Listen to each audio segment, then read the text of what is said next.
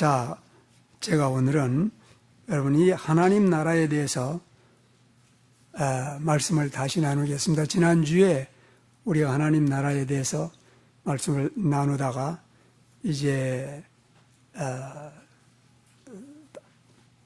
다 마치질 못했습니다. 그런데 오늘 우리 데살로니가 전서 이 말씀들과 하나님의 나라와 어떤 관계가 있느냐 하는 것부터 잠깐 설명을 나누고 가도록 그렇게 해야 될 것 같습니다. 도대체 오늘 저희들이 봉독한 이 데살로니가 전서 3장 13절의 이 말씀과 하나님의 나라와 어떠한 관계가 있느냐 하는 것입니다. 지난 몇 달 동안 여러 번 반복해서 말씀드린 것처럼 이 데살로니가 교회 사람들 이제 복음을 듣고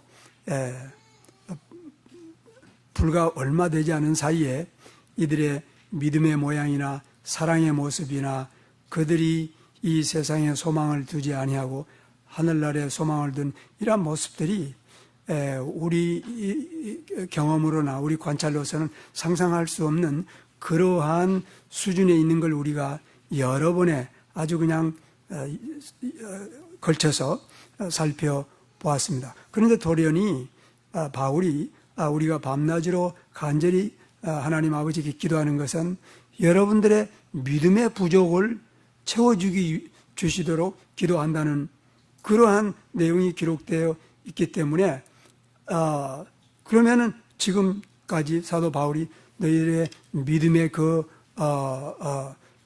이 사역과 그 사랑의 수고와 또 이 소망의 인내가 충만한 것에 대하여 감사하고 칭찬했던 내용은 다 뭐가 되느냐 이런 얘기인 것입니다. 근데 사도 바울은 분명히 믿음의 부족을 채워야 된다고 또 얘기하고 있는 것입니다. 그렇다면 무엇이 부족하냐 하는 것입니다. 그것은 간단히 얘기해서 그들에게 구원의 믿음이란 성배를 의미하는 것을 가르쳐주기 위한 것입니다.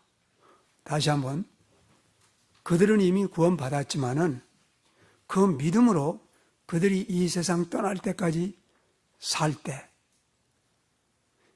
살아가야 될 구원의 믿음은 어떠한 믿음이냐 하는 것입니다.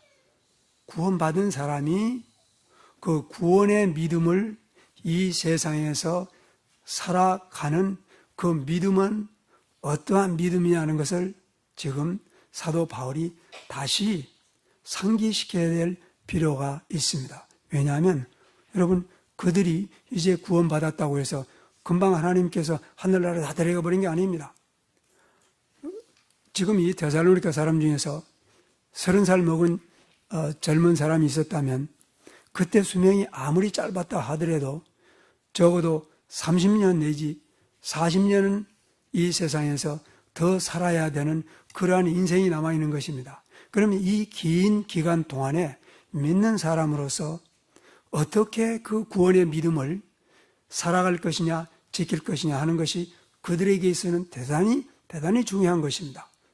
사도 바울이 종말에까지 다 설명을 해놨지만은 이제 4장 13절부터는 종말에 관한 얘기입니다. 다 설명했지만은 이 땅에서 믿는 사람들이 살아가는 신앙생활에 대해서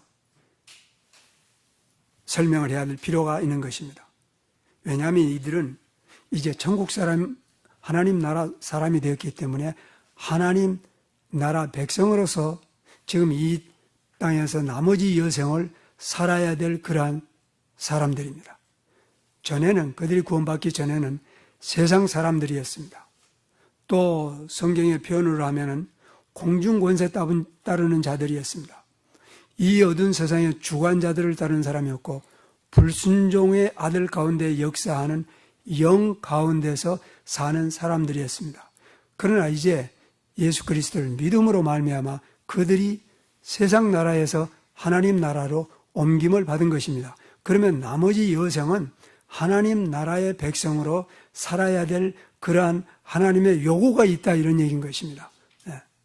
자, 그런 걸 어떻게 알 수 있냐면, 자, 여러분, 여러분이 이미 서로 사랑하는 것을 내가 잘 알고 있다는 얘기입니다. 그러므로 내가 더 이상 말할 필요도 없다고까지 사도 바울은 얘기했습니다. 그럼에도 불구하고 12절 말씀을 여러분 보게 되면, 우리가 너희를 사랑한 것 같이 주께서 너희 피차간과 또 모든 사람에 대한 사랑을 더욱 넘치게 하라. 4장 1절에서는 하나님을 기쁘게 하시는데 더욱 풍성히 하라. 또 3절과 4절, 4장 3절과 4절에서는 하나님께서 우리에게 뜻하시는 것은 거룩함이다. 또 10절에서는 4장 10절입니다. 우리가 너희를 권하노니 너희가 더욱 넘치게 행하라. 하나님 나라에 들어온 사람들의 삶을 지금 사도 바울은 지금까지 사랑하는 것, 지금까지 미워온 것, 지금까지 행하는 것, 그거 가지고 만족하지 않다는 얘기입니다. 무슨 얘기냐면, 구원에 이르는 믿음은 중단 없이 성장해야 되는 믿음입니다. 성장해가는 그 삶이 열매입니다. 그래서 열매 맺는 신앙생활을 위해서 사도 바울이 굉장히 어떤 의미에서 비논리적인 내용을 13절에 기록하고 있는 것입니다. 성장하는 믿음입니다. 좀 더 구체적으로 표현하면 구원받은 모습이 가시적으로 보이는 삶을 의미합니다. 지금 이 말씀이 중요합니다. 왜냐하면 구원받은 그 사람이 구원을 받았는지 받지 않았는지, 이제 하나님께서 약속하신 대로 구원받은 사람에게는 하나님의 성령을 선물로 주셔서 우리 안에 내주하게 하십니다. 근데 문제는 구원도 눈에 보이지 않고 내주하시는 성령님도 눈에 보이지 않습니다. 그러나 성령님의 역사는 눈에 보이는 것으로 요한복음 3장 8절에서 아마 8절이죠. 언급하고 있습니다. 가시적으로 열매가 맺는 삶이 눈에 보이는 것입니다. 지금 이 계시를 인해서 사도 바울이 지금 엄청난 오해의 그 위험성을 무릅쓰고 더욱 풍성하게, 더욱 자라게 살 것을 사도 바울이 기도하고 있는 것입니다. 이것이 하나님 나라의 백성의 특성입니다. 이것이라고 하는 것은 하나님의 나라의 백성이 이제 전에 세상 나라에서 살다가 하나님 나라로 옮겼습니다. 전에 불순종의 아들 가운데 역사하는 영 가운데서 혹은 세상의 일락과 혹은 육신의 정욕과 혹은 안목의 정욕을 쫓아서 살던 사람들이 구원의 믿음으로 말미암아 하나님께서 하나님 나라로 옮겨 놓았습니다. 근데 문제는 그게 눈에 보이지 않습니다. 근데 하나님께서 그렇게 일을 하시지 않습니다. 세상 사람과 세상 나라 사람과 하나님 나라 사람이 분간이 안 되도록 모호하게 그렇게 조치를 취해놓지 않았다는 말씀입니다. 반드시 구원에 이르는 믿음에는 열매가 맺히도록 하나님께서 조치를 취해놨기 때문에 사도 바울이 여러분들이 구원의 믿음, 여러분들 서로 사랑하는 것, 믿음이 이 마게도니아뿐만 아니라 아가야 성에까지 알려진 거 다 알고 있다는 얘기입니다. 그러나 그것으로 문제가 끝난 게 아니라는 것입니다. 더욱 풍성하여서 그 열매가 하나님 나라가 보이지도 않고 하나님 이 백성과 백성을 구별할, 하나님의 백성과 세상 백성을 구별이 안 되는 세상 사람들이 눈에 여러분들의 모습이 하나님의 나라의 백성으로, 하나님의 자녀로, 구원받은 사람으로 눈에 보이는 가시적 열매를 맺어야 된다는 그런 의미로 지금 사도 바울이 말하고 있는 것입니다. 그래서 3장 13절에서 너희의 마음을 견고케 하사 우리 주 예수 그리스도께서 그의 모든 성도와 함께 강림하실 때, 이거는 세상의 종말입니다. 그때까지 여러분들의 믿음과 여러분들의 사랑과 여러분들의 신앙이 견고하게 자라가는 열매를 맺어야 된다, 이런 얘기인 것입니다. 그러나 그 사람들에게 편지를 쓴 지가 지금부터 2000년 전인데, 여러분, 예수님 오실 때까지 그 사람들이 삶을 산다는 의미는 아닙니다. 그들이 이 세상의 삶을 마칠 때까지입니다.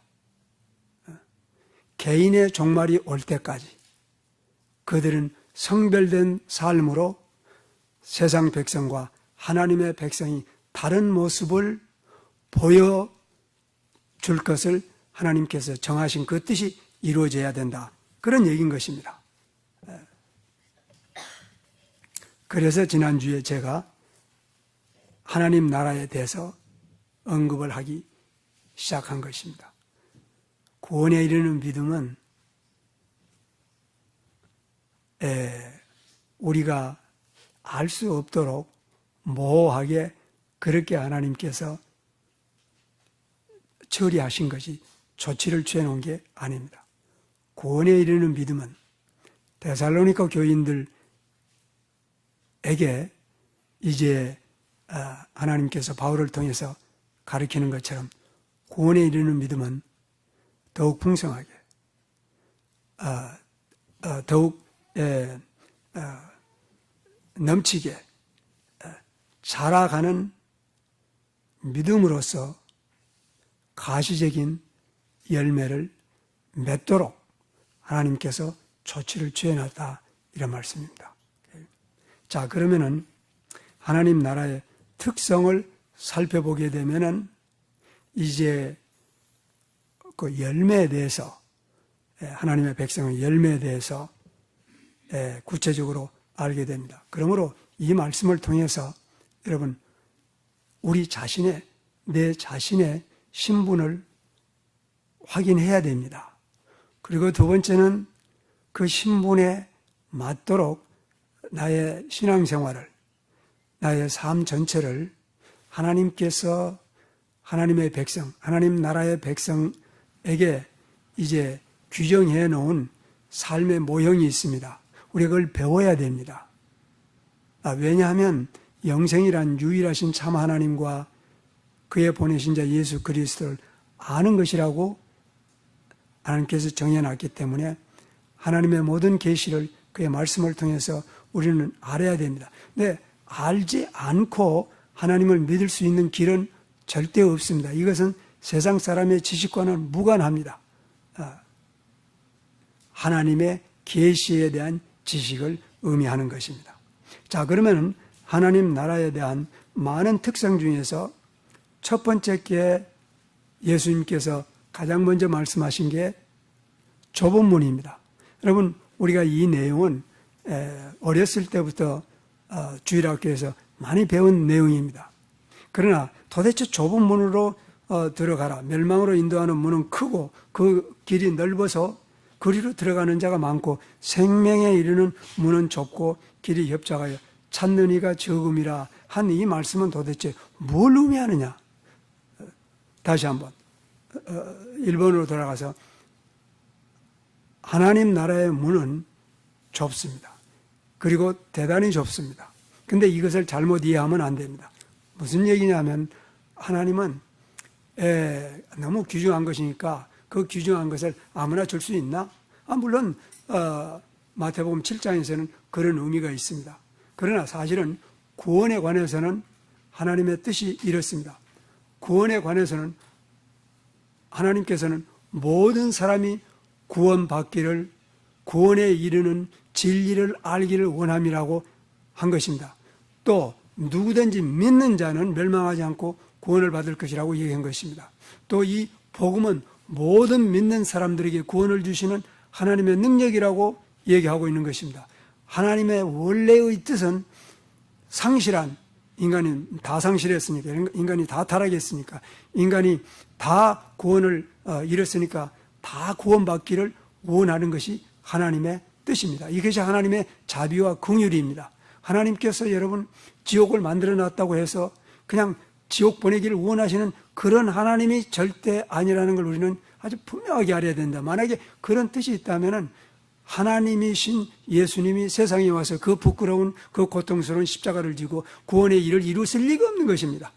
여러분, 우선 먼저 하나님께서 모든 사람이 구원받기를 원하시는 그 뜻을 신약 성경에서 거듭 여러 말로 되풀이하고 있는 걸 우리가 이해해야 됩니다. 그런데 그러면 좁은 문이라는 건 뭘 의미하느냐? 사실은 간단합니다. 그 의미는 하나님께서 요구하시는 그 문은 하나님이 만들어 놓으신 문으로 들어와야 된다, 이런 얘기입니다.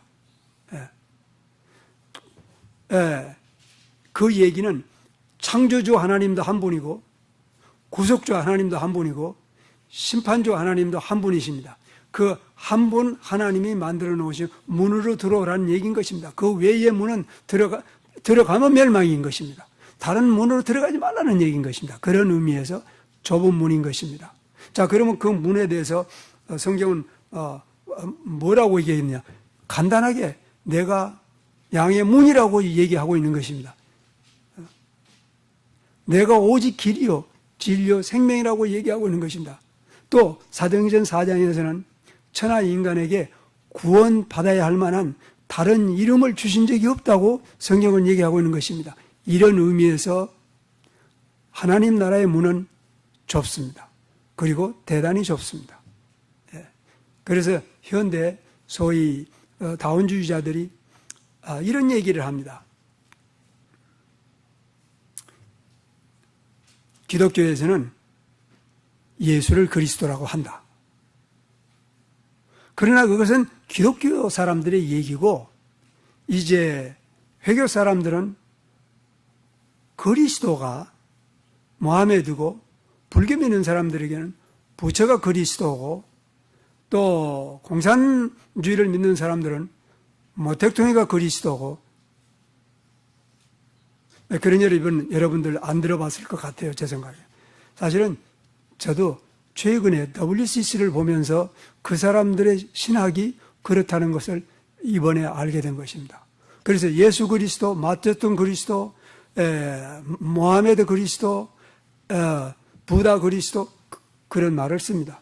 근데 그런 말을 쓰는 사람들이 사실은 공산주의자나 혹은 회교들이 아니라 소위 말하는 예수 믿는 사람들이라고 하는 사람들입니다.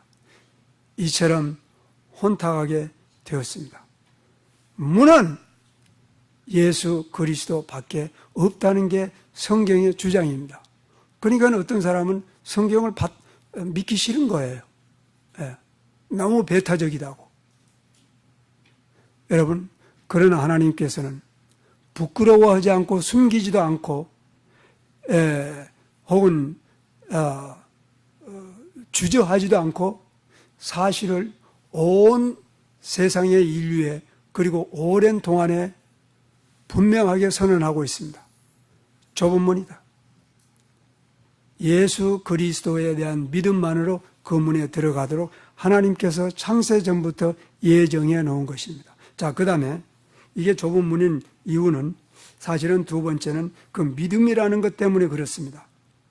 예수 그리스도를 믿는 믿음입니다. 이게 구원의 믿음입니다. 이 구원의 믿음에 관해서는 예수님께서 말씀하기를 누구든지 나를 주여 주여라고 하는 자마다 다 천국에 들어갈 것이 아니라고 분명히 얘기했기 때문에 구원에 이르는 믿음 때문에 또한 하나님의 나라는 좁은 문이 되는 것입니다. 그러나 여러분, 이게 중요하기 때문에 제가 구원의 믿음에 대해서, 세이빙 페이스에 대해서 그만 수년간 수없이 얘기를 해온 이유가 여기 있습니다. 근데 왜냐하면 많은 사람들이 교회는 출석하고 무슨 그걸 또 뭐라 그러나 모태신앙이라고 하고 교회 무슨 장로라고 하고 무슨 목사라고 하는데 사실은 살펴보면은 성서적인 구원의 믿음으로 예수 믿는 게 아니라 많은 경우에 어떤 신학적인 전통이나 혹은 어떤 사람의 이론이나 어떤 유명한 예수 믿는 사람의 이론이나 혹은 교리나 그리고 심지어는 성례로 구원받는다고 생각하고 있습니다. 절대 아닙니다.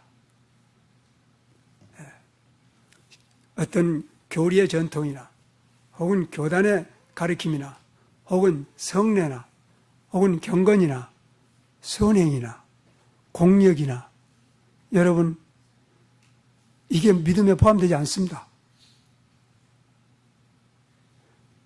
바로 이 문제에 걸려 넘어가는 것입니다.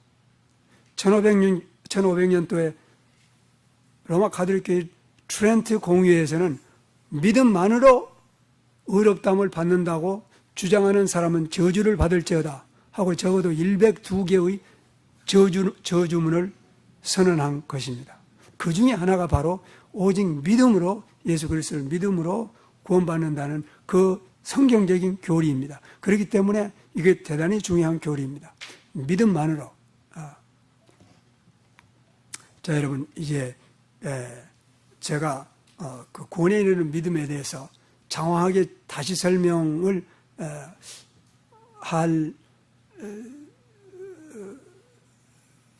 하지는 않을 것입니다. 그러나 중요한 부분을 설명을 해야 될 필요가 있습니다.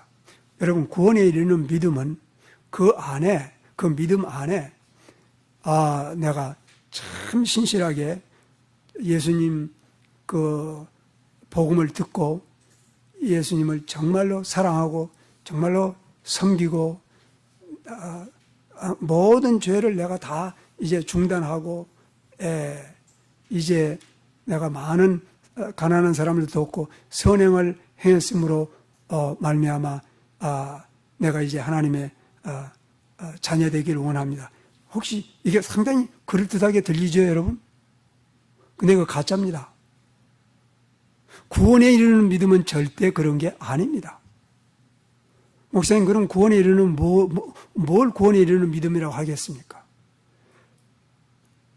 여러분, 놀랍게도 나는 죄인입니다. 나는 타락한 인간입니다. 나는 하나님을 거역하였던 자입니다. 나는 불순종의 아들입니다. 여러분, 나의 죄를 철저하게, 다시 한번 나의 죄를 철저하게 회개하는 길 외에는 예수를 믿는 믿음 외에 다른 아무것도 들어가서는 안 됩니다. 물론 그것만은 물론 아닙니다. 그래서 제가 이 구원의 믿음에 대해서 오늘 장황하게 얘기하지 않겠다고는 했지만은 물론 그것만은 아닙니다. 그러나 가장 중요한 것은 복음을 들을 때 내 자신을 있는 대로 고백하는 것입니다. 내 자신을 있는 대로 고백하는 그 고백 안에 나의 공로나 선행이나 들어간다면 십자가에 대한 모욕이 되는 것입니다. 이건 신성모독입니다. 이거 여러분 대단히 중요한데, 그러므로 참으로 내가 나의 타락과 나의 죄악과 나의 이 부패를 참으로 하나님의 말씀으로 성령의 감동으로 깨달았을 때 정직한 고백은 회개입니다. 여러분 진짜 회개해야 됩니다. 내가 아무리 적은 분량이라 할지라도 이러이러한 일을 했음으로 말미암아 나는 하나님의 구원의 은혜를 받을 수 있지 않겠습니까? 라는 생각이 들고 있는 한은 아직 진짜 회개 아닙니다. 그래서 이게 쉬운 게 아닙니다, 여러분. 진정한 회개. 물론 성령께서 도우셔야 됩니다. 그러면은 이렇게 그리스도를 고백했을 때 하나님께서 그 믿음을 받으시는 것입니다. 여러분, 하나님께서 받으시는 그 믿음은 그 믿음 안에 나의 공로, 인간의 공로나 선행이나 전통이나 세상 지식이 들어있는 게 아닙니다. 이것은 완전한 나의 과거의 죄에 대한, 나의 현재 죄인 상태에 대한 나의 진정한 고백이 들어가 있는 그 믿음을 하나님께서 받으실 때 많은 일들이 일어납니다. 첫째, 죄 용서가 일어납니다. 너를, 이 죄인을 의인이라고 칭해 주십니다. 전에는 사탄의 아들이었던 나를 이제 하나님의 아들이라고 인쳐 주십니다. 전에는 세상에 살았던 사람을 하나님 나라로 옮겨줍니다. 여러분, 상상도 할 수 없이 많은 일들이 일어나는 것입니다. 그리고 그 순간부터 성화가 시작됩니다. 그 순간부터 거룩한 삶이 시작되는 것입니다. 근데 이 거룩을 앞에다가 세워버리면은 이건 우상숭배가 됩니다. 거룩은 뒤따라와야 됩니다. 근데 안 따라오면 거짓입니다. 이제 이 차이가 아주 분명하게 이해가 돼야 됩니다. 그래서 구원에 이르는 믿음에는 반드시 거룩의 열매를 맺도록 하나님이 조치를 취해놓은 것입니다. 이건 내가 하는 게 아닙니다. 그렇지만은 이렇습니다. 이해를 돕기 위해서 의롭다 함을 받는 데는 여한 아무리 눈에 보이지 아니한 작은 분량, 먼지만한 분량이라 할지라도 인간의, 나 자신의 어떤 공로나 선행이나 혹은 자비나 혹은 나의 의나 끼어 들어가면 안 됩니다. 100% 그리스도의 의입니다.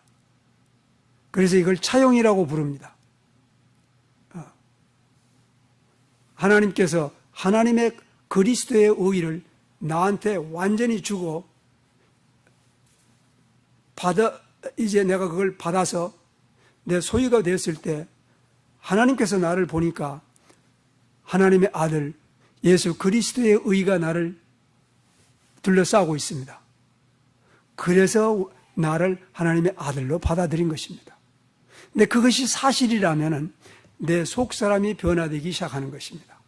그래서 그 속사람이 변화된 삶의 열매가 반드시 나타나도록 하나님께서 취해놓으신 조치가 성령이 내주합니다. 그래서 내 몸이 내 것이 아니라 성령이 거하시는 성전이 되어버린 것입니다. 여러분, 성령께서 들어오시기 전에 어떤 사람의 몸이 성전이라고 하는 것은 이건 말도 안 되는 얘기입니다. 말도 안 되는 얘기입니다. 그러나 내가 진정으로 예수를 믿고 이제 성령께서 내 안에 들어와서 나의 몸이 성령이 되었는데도 내 몸이 하나님께서 거하시는 거룩한 성전으로 살지 않는다면 그것도 거짓말입니다.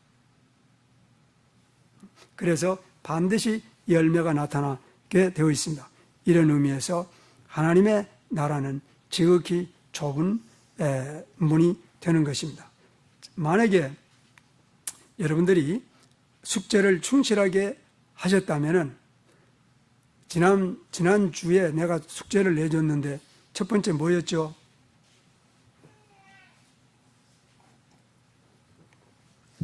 마태복음 13장입니다. 네, 마태복음 13장이 이게 51절까지인가 있는데 대단히 중요합니다.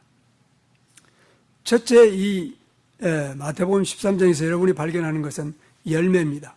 구원에는 반드시 열매가 있다는 것이 바로 마태복음 13장에서 입증이 되는 것입니다. 그런데 그것보다도 먼저 하나님의 나라가 이 땅에 임하였다는 것을 마태복음 13장에서 분명히 나타내고 있습니다. 여러분들은 이미 그걸 발견했으리라고 믿습니다. 그 다음에 구원에 이르는 믿으면 반드시 열매가 있다. 없으면 죽은 믿음입니다.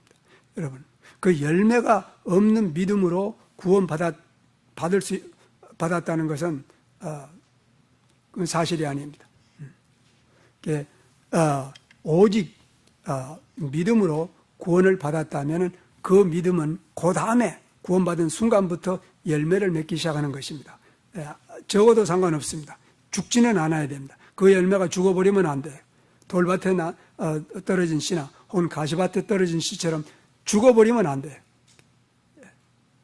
열매가 맺게 되어 있습니다. 그 다음에 여러분 마태복음 13장에서 발견하는 게 뭘 발견했죠? 분리를 발견했습니다. 마태복음 13장에서. 다 같이 마태복음 13장 가서 다시 한번 살펴보도록 하십시다.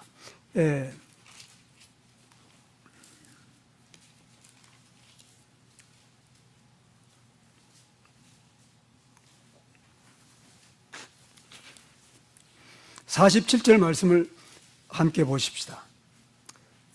마태복음 13장 47절. 또 하나님의 나라는 마치 바다에 치고 각종 물고기를 모으는 그물과 같으니 그물에 가득함에 물가로 끌어내고 앉아서 좋은 것은 그릇에 담고 못된 것은 내어 버리느니라. 세상 끝에도 이러하리니 천사들이 와서 의인 중에서 악인을 갈라내어 불못불에 던져 넣으려니 거기서 울며 이를 갈미쓰리라. 여러분, 반드시 분리가 일어납니다. 하나님의 나라가 좁은 문인 세 번째 이유는 바로 이 분리 문제입니다. 그리스도인이 되었다는 것은 본원적으로 분리되었다는 뜻입니다. 그래서 이 내용을 성경에서는 신구약 성경, 구약, 신약 성경에 장황하게 이 분리의 문제를 거듭 여러 모양으로 설명하고 있습니다. 왜냐하면 분리가 거룩이기 때문입니다.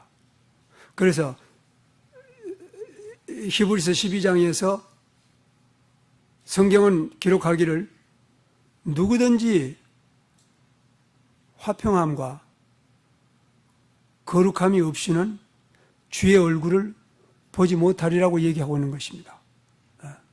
그만큼 이 분리라고 하는 것은, 성별이라고 하는 것은 구원받은 하나님 나라 백성의 가장 중요한 특성입니다. 그래서 오늘 여러분 데살로니가전서 3장 13절에서도 너의 마음을 경고하여서 우리 주 예수 그리스도께서 그 모든 성도와 함께 강림하실 때 하나님 곧 우리 아버지 앞에서 거룩하여 흠이 없게 하시기를 원하노라. 왜냐하면 이게 없으면 아무도 주의 얼굴을 보지 못하기 때문인 것입니다. 그래서 예수님께서 하나님 나라를 설명할 때 마태복음 13장에서 지금 첫 번째는 열매에 대해서 말씀하고 있습니다. 두 번째는 분별에 대해서 말씀을 하고 있습니다. 그 다음에 세 번째는 여러분 44절 46절을 살펴보십시다. 마태복음 13장 44절에 또 하나님 나라는 마치 밭에 감추인 보화와 같으니 한 사람이 이를 발견한 후 숨겨두고 기뻐하여 돌아가서 자기의 소유를 다 팔아서 그 밭을 샀다라고 기록하고 있습니다. 또 하늘나라는 마치 좋은 진주를 구하는 상인과 같으니 그가 극히 값진 진주 하나를 발견하며 가서 자기의 소유를 다 팔아서 그것을 샀다. 그래서 하나님 나라라고 하는 것은 이제 첫 번째는 좁은 문이라고 말씀했습니다. 그 좁은 문이 되는 이유는 오직 예수 그리스도만을 믿는 믿음이기 때문에 좁은 문입니다. 뿐만 아니라 그 믿음은 반드시 열매를 맺게 되어 있기 때문에 좁은 문입니다. 두 번째는 성별입니다. 거룩이 없이는 구원받은 흔적이 없습니다. 그리고 세 번째는 오늘 44절과 45절에서 보는 바처럼 자기의 전부, 자기 소유의 전부입니다. 근데 여기서 소유라고 하는 것은 여러분 재물로 얘기하고 있는데 왜 성경에서는 그 재물에 대해서 그렇게 말씀이 많으냐? 그 이유를 오늘 여러분들 우리가 분명히 발견. 이 재물 문제가 여러분 해결되지 않으면은 이 음란이나 거짓이나 우상숭배나 여러분 이게 전부 다 이 재물에 걸려 있습니다. 그것을 우리가 오늘 살펴보도록 할 것입니다.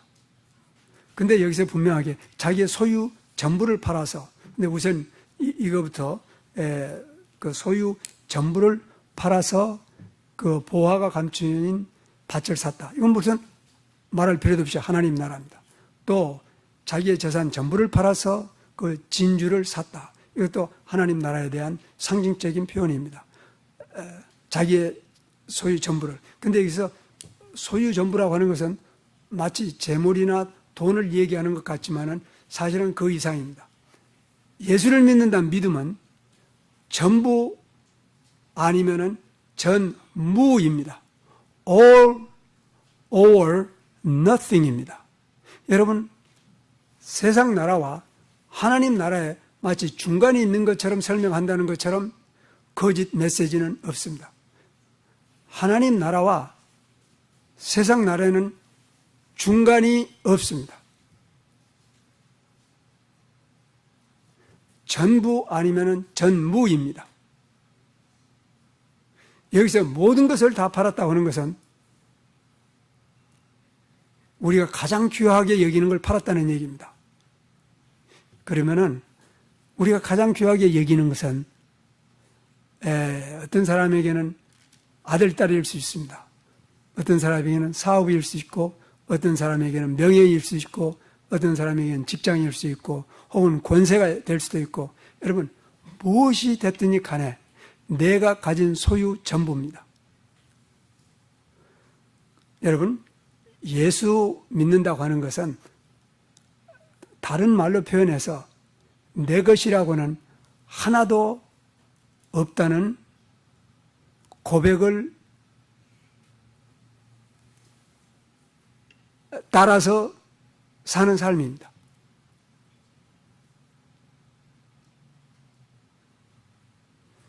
이게 쉽지 않습니다. 엄청나게 좁은 문입니다. 그것이 돈이 됐건 명예가 됐건 권세가 됐건 정과 욕심이 됐건 세상의 일락이 됐건 세상 명예가 됐건 무엇이 됐든지 간에 그리스도인이란 더 이상 자기가 가진 것을 자기의 것이라고 주장하지 않는 세계관을 예수 믿는 믿음이라고 하는 것입니다. 그럼 내 몸은 성경에서 이거 분명하지 아니했을 리가 없습니다. 내 몸이 내 것이 아닌 것을 성경은 아주 분명하게 얘기하고 있습니다. 왜냐하면 우리의 옛사람은 십자가에 그리스도와 함께 십자가에 못 박혀 버렸다고 얘기하고 있는 것입니다. 갈라디아서 5장 24절에서는 그리스도 예수의 사람은 정과 욕심을 십자가에 못 박아 버렸다고 얘기하고 있는 것입니다. 갈라디아서 6장에서는 내가 자랑할 것은 예수 그리스도밖에 없으니 이는 내가 세상에 대하여 못 박히고 세상도 나에 대하여 십자가에 못 박혔다고 얘기하고 있는 것입니다.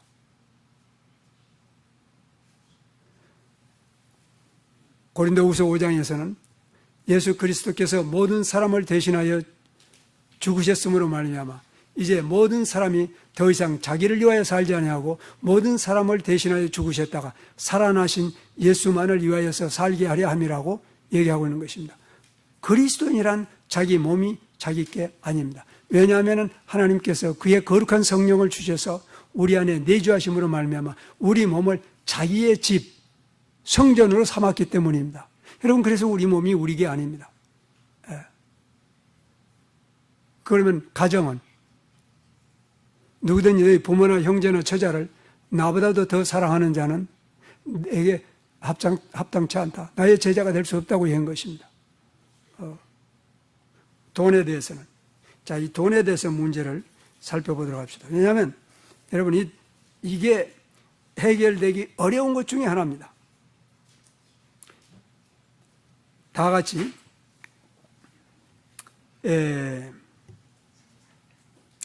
마태복음 19장을 한번 가서 펴보도록 하십시다.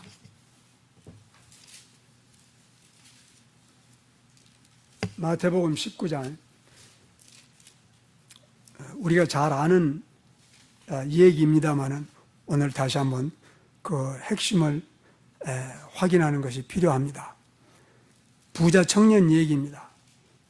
마태복음 19장 16절에 보면은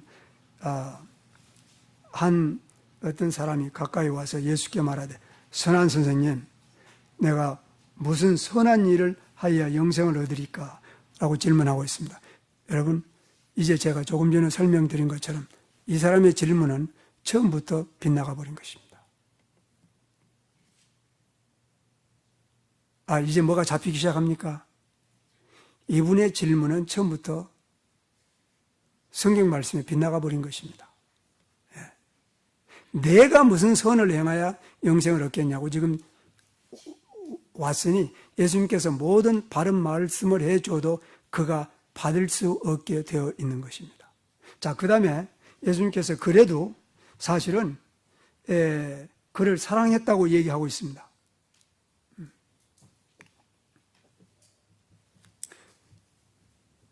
이렇게 얘기합니다. 17절에서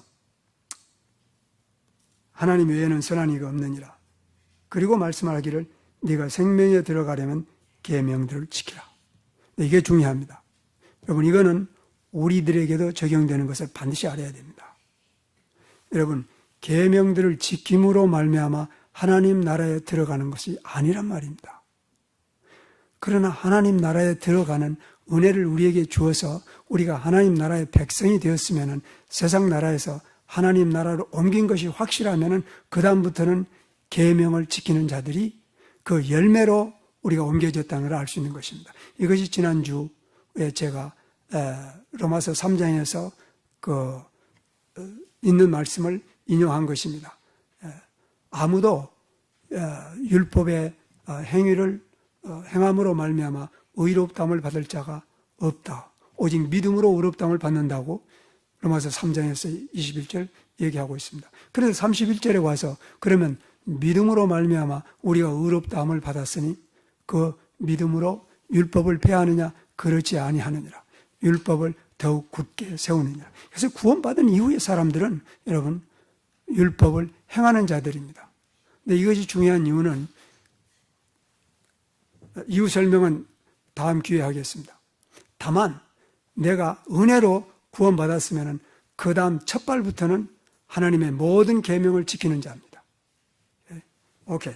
내가 생명에 들어가라면 계명을 지키라. 그랬더니 내가 다 지켰습니다.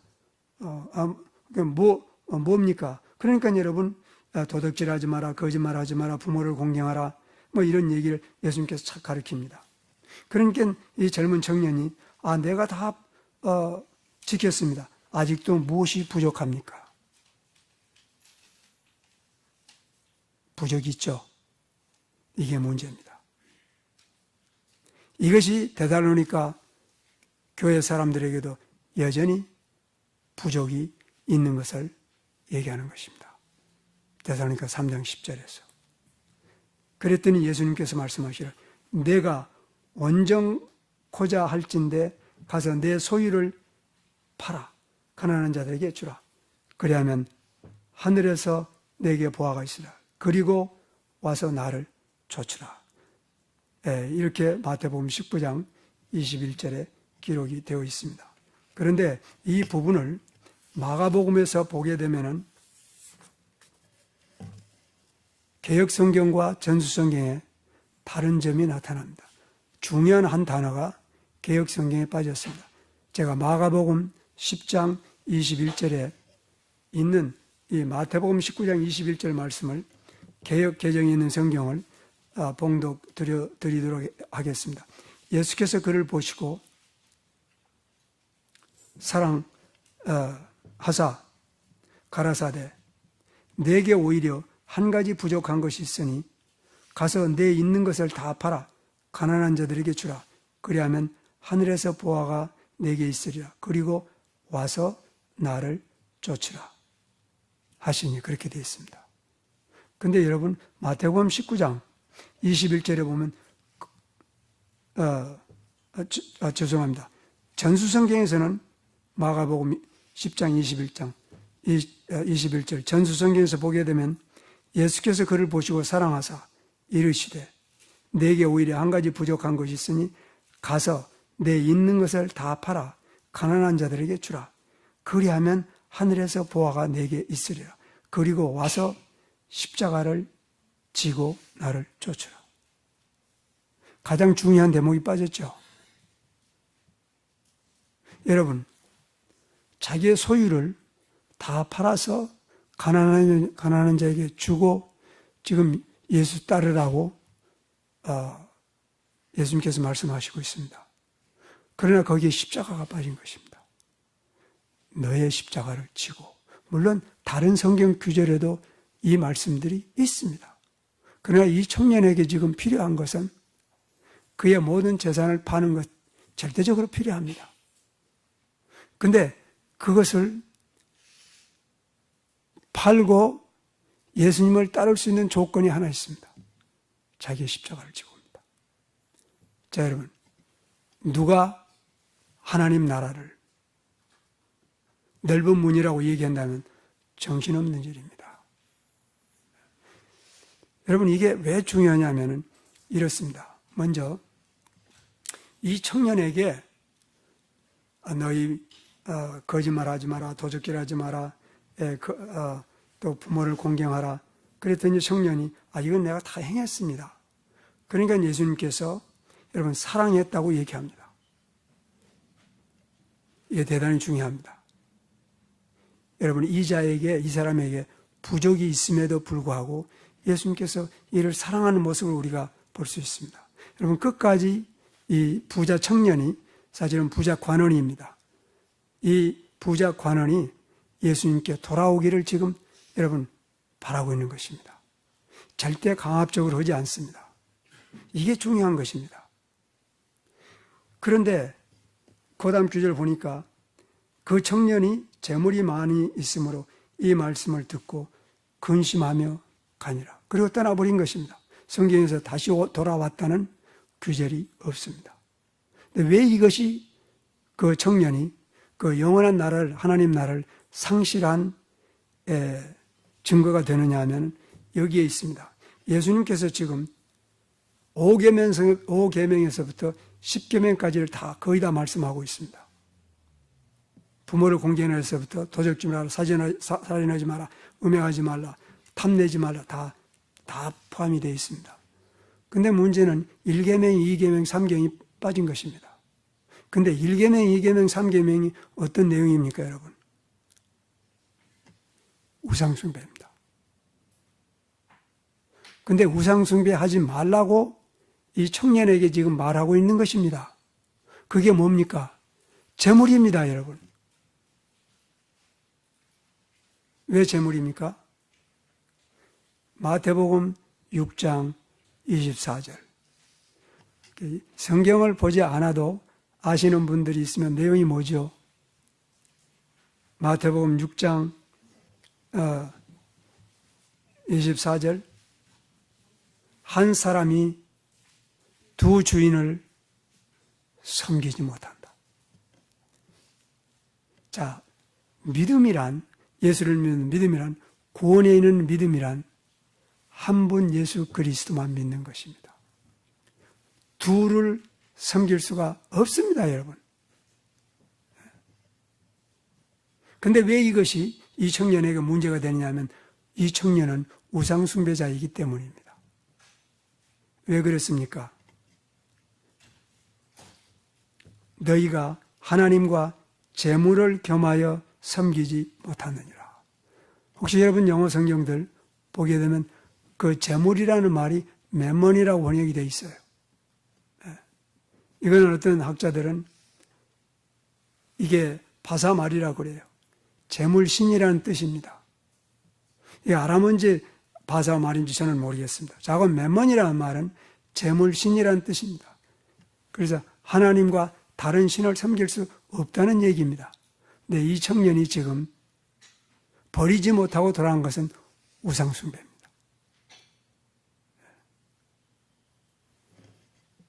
그래서 예수님께서 1계명, 2계명, 3계명 전부를 합쳐서 제물로 지금 표현을 하고 있는 것입니다. 예수 믿는 것에 대해서 우리가 다시 한번 생각해 보십시다. 우리는 많은 메시지들을 이 세상도 영화를 누리고 세상에도 출세해야 돼요. 무슨 학위도 받고 무슨 장짜리도 하고 그리고 돈도 벌고 명예도 다 얻고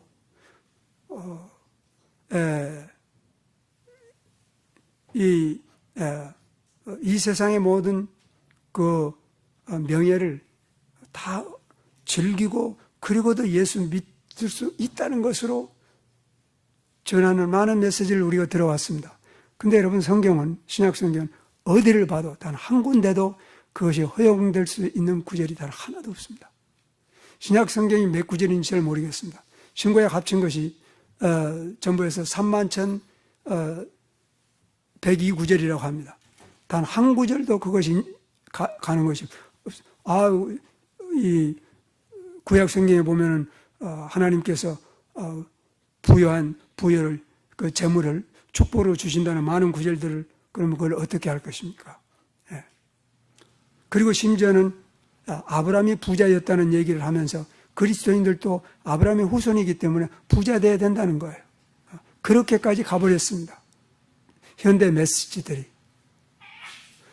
우상숭배를 아주 공개적으로 하라는 그런 얘기들입니다. 이 청년은 그가 재물이 많이 있으므로 이 말씀을 듣고 근심하여 가니라. 그 후에 예수님께서 하신 말씀이, 예수님께서 제자들에게 이르시되 내가 진실로 너에게 이르노니 부자는 하늘나라에 들어가기가 어려우니라. 다시 한번, 하나님 나라는 좁은 문입니다. 근데 지금 여기까지 말씀하신 내용들이 여러분 이제 하나님 나라의 특성 중에 일부입니다. 그래서 하나님 나라의 다음의 특성은 뭐냐면은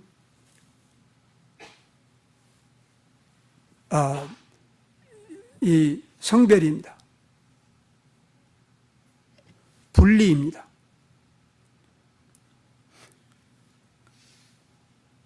분리가 되지 아니한 삶, 그것이 세상이 됐든지 육신이 되었든지 정욕이 되었든지 명예가 되었든지 상관없습니다.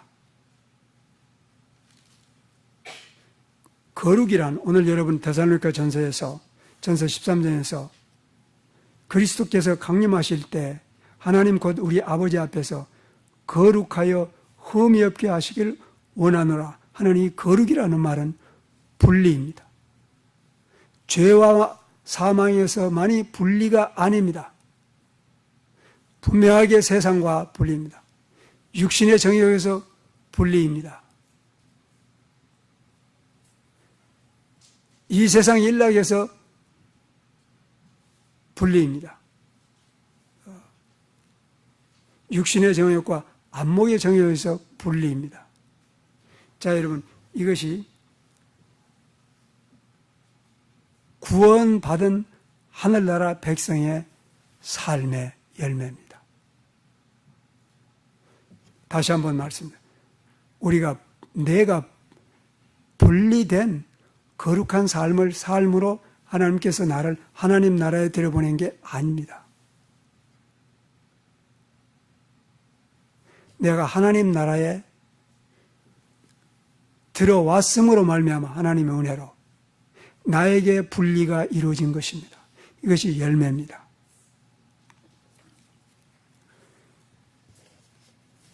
여러분, 그래서 하나님 나라의 백성은 특별한 사람입니다. 그 어느 정도로 특별한 사람이냐면, 우리가 학교 가게 되면 이제 영웅들 얘기를 듣습니다. 그것이 시저가 됐건 나폴레옹이 됐건 혹은 징기스칸이 됐건 상관없습니다. 그 영웅들 얘기를 듣습니다. 그런데 어떠한 영웅이나 혹은 어떠한 위대한 지혜인이나 철학자나 어떠한 인간보다도 그리스도인이 가장 탁월한 사람이라는 것을 성경은, 신약 성경은 분명하게 이렇게 얘기하고 있습니다. 마태복음 11장 11절 말씀에 보게 되면 예수님께서 침례 요한에 대해서 이렇게 말씀합니다. 그는, 침례 요한은 구약시대 때 모든 선지자보다도 더 나은 자라고 얘기합니다. 그렇다면 여러분, 아브라함도 선지자라고 그랬고 다윗도 선지자라고 성경은 얘기하고 있습니다. 모세도, 예레미야도, 예스겔도, 혹은 요나도, 그럼 이 위대한 엘리야, 엘리사, 이 위대한 선지자들보다도 지금 이 침례 요한이 가장 큰 자라고 얘기합니다. 그 다음에 또 뭐라고 그랬냐면 11절에서는 내가 진실로 너에게 말하노니 여자가 낳은 자 중에 침례 요한보다 큰 이가 일어남이 없도다. 그러나 천국에서는 하나님 나라에서는 가장 극히 작은 자라도 저보다도 크니라. 이 예수님께서 친히 하신 말씀입니다. 그렇다면 구원받은 하나님 나라의 백성들, 성도들, 우리들의 신분이 어느 정도라는 것을 상상이 가지 않을 정도의 말씀을 예수님께서 하신 것입니다. 그러나 예수님께서 그냥 헛 말씀을 하신 것은 아니라는 걸 우리는 알고 있습니다. 그러므로 우리가 좁은 문으로 들어온 사람들의 신분은, 하나님의 자녀라는 이 신분은 우리 인간이 상상할 수가 없습니다. 상상이 안 되니까, 성경 말씀대로 이해가 안 되니까 자기들 뜻대로 사는 경향이 있습니다. 그래서 오늘 우리가 다시 한번 분명하게 내가 좁은 문으로 들어와 있는지, 나의 신분이 거룩한 자인지, 내가 참으로 침례 요한보다도, 여자가 낳은 자 중에서 침례 요한보다 더 큰 자가 없다고 그랬는데 나는 침례 요한보다도 더 큰 자의 신분을 가지고 있는지, 그 신분에 합당하게 살고 있는지를 우리가 하나님 말씀에서 아주 정직하게 살펴봐야 됩니다. 왜냐하면 많은 경우에 우리가 사실은 그냥 우리 뜻대로 살아온 신앙생활의 기간이 많았던 것 같습니다. 그게 옳지 않습니다. 지금 보니까 절대 옳지 않습니다. 하나님 말씀에 따라서 우리가 우리 자신을 변경해 가는 책임이 우리에게 있는 것입니다. 도대체 바울이 그처럼 믿음에 아주 본을 보이고 사랑이 수고를 하는 그런 흠잡을 데 없어서 내가 이제는 여러분들의 그 신앙생활을 보고 살게 되었다고 고백하고 있는 그 사도 바울이 어떻게 해서 데살로니가 사람들을 향해서 여러분들의 믿음의 부족을 채워주시도록 하나님께 밤낮으로 우리가 기도하고 있다고 하는 이유가 뭐겠느냐? 이들에게 이제부터는 열매가 열려야 된다, 이런 뜻인 것입니다. 그들은 예수 믿은 지 지금 2개월이 안 된 것입니다. 예수 믿은 지 2개월이 안 된 이 사람들에게 그 믿음의 수고와 사랑의 열매와 믿음의 소망의 인내들이 나타나기 시작할 때 사도 바울도 놀란 것 같습니다. 아주 깜짝 놀랐어요. 내가 이 기쁨을 도대체 어떻게 하나님께, 우리는 너희로 인하여 우리 하나님 앞에서 모든 기쁨으로 기뻐하나니 어떠한 감사로 너희를 위하여 하나님께 보답할 수 있겠느냐고까지 기록하고 나서 그 다음 구절에 바로 우리가 밤낮으로 간절히 기도하는 것은 너희의 얼굴을 보고 너희의 믿음의 부족을 채우려 함이라고 기록하고 있는 것입니다. 열매가 이제부터 나타나야 된다는 얘기인 것입니다. 이게 참 심각한 문제입니다. 대부분의 교회가, 그리스도인들이 어디서 흘러들어왔는지 모르지만 세속주의 사상으로 그냥 살아온 것입니다. 이게 옳지 않습니다. 물론 제가 이제 도대체 어디에서 이 비성서적인 사상들이 들어왔는가, 그걸 조직적으로 들어왔습니다. 거기에 대해서 저는 설교를 통해서가 아니고 이제 강의를 통해서 여러 번 얘기한 것입니다.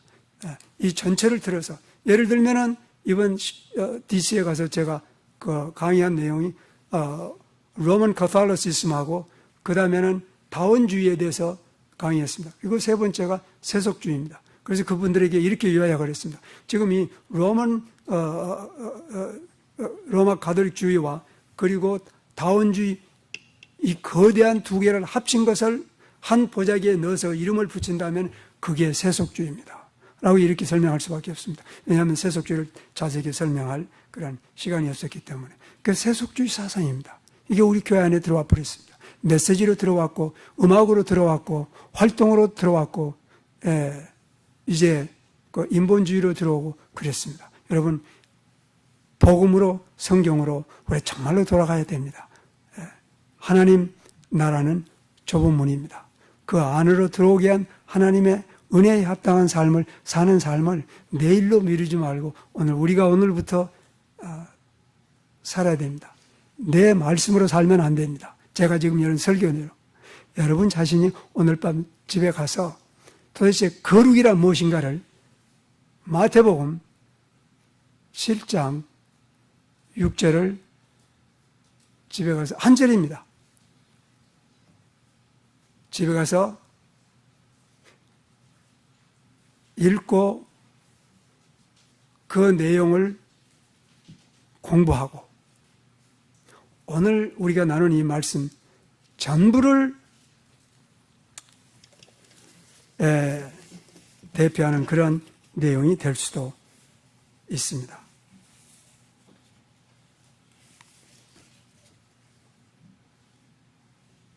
숙제하셔야 됩니다. 오케이?